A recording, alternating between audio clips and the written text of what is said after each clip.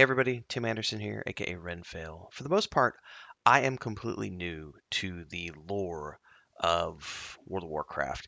I did play the Warcraft games years and years and years ago, but I mean, it was a long time ago, and I'm not intimately familiar with all of that stuff.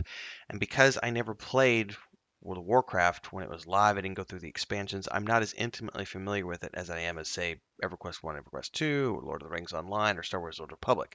To me, a lot of this stuff is not completely new, but also stuff that I just don't know a lot about. So I've been fascinated learning about some of these characters as we've been going through the Burning Crusade and the pre-patch, playing Wrath over, or playing Classic, I should say, over the past 5 months now. And every time I see one of these new video drops on their YouTube channel for Warcraft, I'm just fascinated, like the documentaries and stuff, because for me, it's like I'm like a kid in a candy store because I'm getting to see stuff that I've never seen before and insights into a game and characters that were hugely popular for some people, but that to me it's like a brand new thing for me. So they just dropped this lore video. I don't know if this is new or if this is something that they just created to bring uh, life to this character or whatnot. But I guess this is the story of Arthas Menethil, son of King Terenas Menethil II, the character who would become the first Lich King, I believe, or something like that. We're gonna watch through this. I haven't watched this yet. I'm gonna be doing like a reaction thoughts video here because to me, I'm fascinated by the lore of this stuff. So without further ado, let's go ahead and get this volume dropped down a little bit and start this. And I'm probably gonna have questions and stuff as we go along. Arthas Menethil, son of King Terenas Menethil II, the ruler of Lordaeron. Okay. As a promising young paladin. So he was a paladin?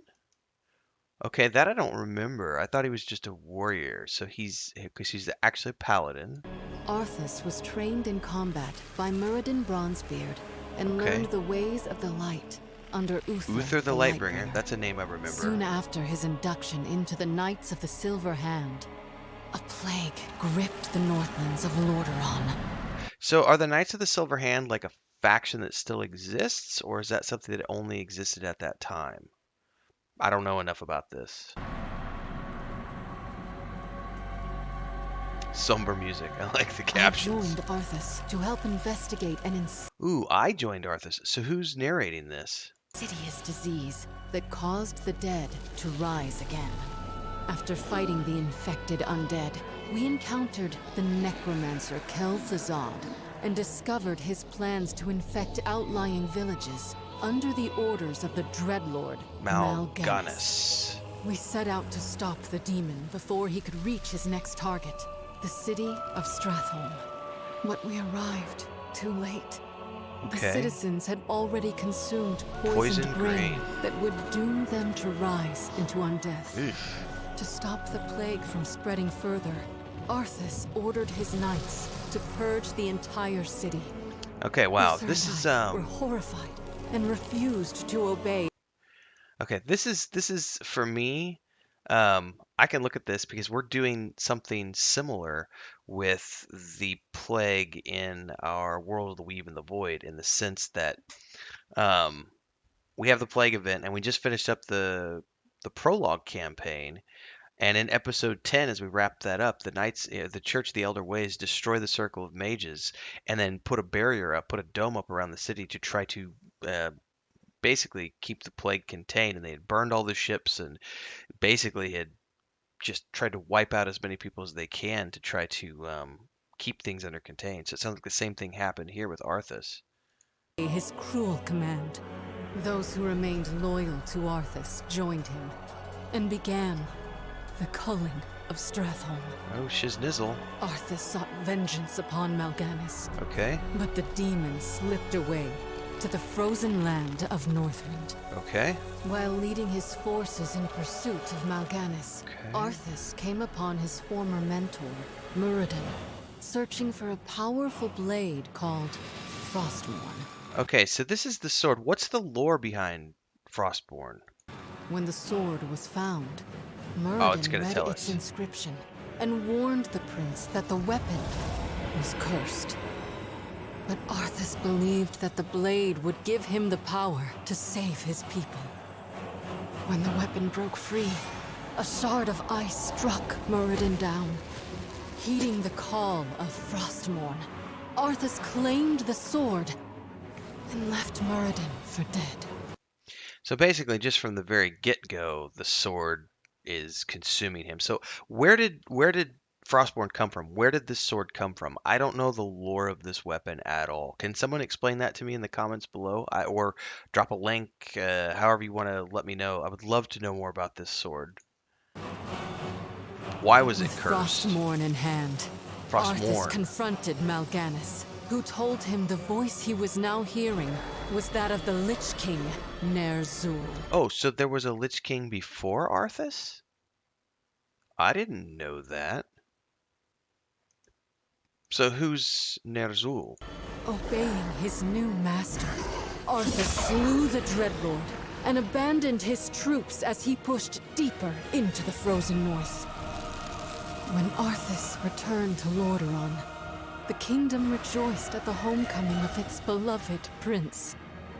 But that joy turned to ashes when Arthas entered the throne room and ran the accursed blade through his father's heart. Isn't that something that happened in Warcraft 3? Because I vaguely remember that. I vaguely remember that part when he kills his father. Arthas scourged the land in the name of the Lich King, Ner'zhul. So he was the first To reach Death the Knight, throne of essentially. his master, Arthas had to face Illidan's storm rage. After a grueling battle, the victorious Arthas ascended to the frozen throne. He drove his blade through the ice, Okay. releasing the spirit of Ner'zhul from its icy prison. The two beings merged into one and became the true Lich King. Oh my. Should Okay. he rise again from the frozen... So hang on, is this because this shows a face of a human and an orc? The two beings merged into... So is the previous Lich King, what is he called? Was Ner'zhul an orc? Releasing the spirit of Ner'zhul Because it's from its showing an icy orc prison. and Arthas side by side, and then The they two joined into beings one. merged into one and became the true Lich King.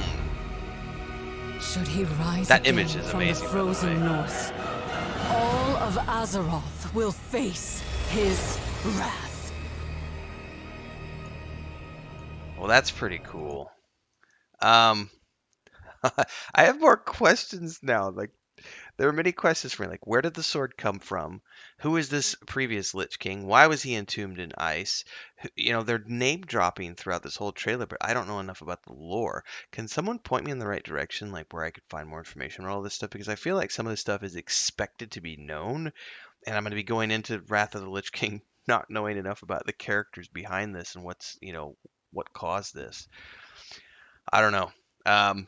I'm loving everything we've seen so far, and I can't wait to sink my teeth into this because I am a newbie to World of Warcraft. So yeah, let me know in the comments below. I'd love to know where all this lore is coming from. What's the sword? Who was this previous Lich King? How did he get entombed in his icy prison? Why was the sword separated from him? Where was the sword from? Who forged the sword? I have all sorts of questions. Um, yeah, and of course, if you want to join us, we are on the Pagle server Alliance side, playing Wrath of the Lich King as soon as it drops in Classic. I've never played it. My brother's never played it. Nathan Napalm's never played it. We have quite a few people in our guild who've never played it. You can watch our multi-streams every Thursday night at 7:30 p.m. Central and beyond, because we're streaming most mornings and at least Wednesdays and Thursday nights for the meantime as we play Wrath of the Lich King, and we are open to all if you want to come join us. So if you don't watch us on YouTube here, hopefully we'll see you in game. Again, let me know in the comments the answers to those questions. Everybody, like, subscribe, hit the follow, all those good things, bell icon, and I'll see everybody in the next episode or the next live stream. Cheers, everybody.